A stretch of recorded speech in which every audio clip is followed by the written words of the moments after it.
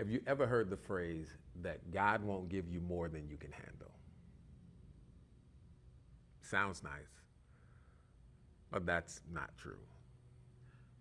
That phrase is actually a misinterpretation of 1 Corinthians 10 and 13, where Paul says, God won't let you be tempted beyond what you can bear. That verse is about temptation, not about the weight of life's trials.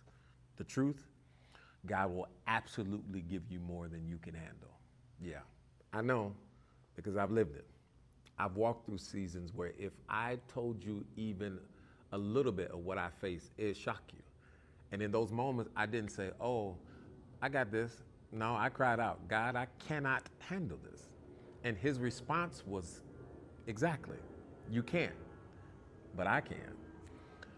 See, if you and I could handle everything, then we wouldn't need God's grace. You can't handle your own breathing. I mean, God sustains every single breath in your lungs.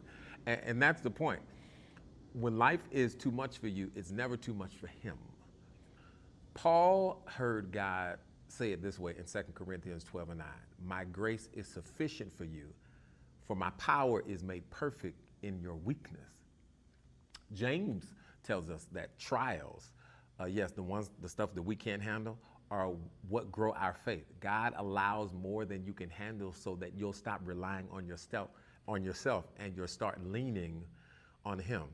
I mean, just look at the stories in the Bible. I mean, my goodness, have you seen them? Moses couldn't handle leading Israel out of Egypt until God split the sea. David couldn't handle Goliath until God guided the stone. Elijah couldn't handle Jezebel until God met him in his depression and gave him strength.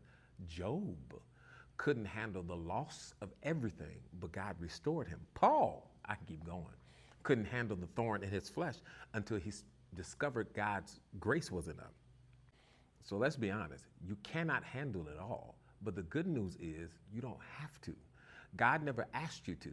He's not looking for your strength. He's looking for your surrender. Because while you can't handle it, he can, and he will.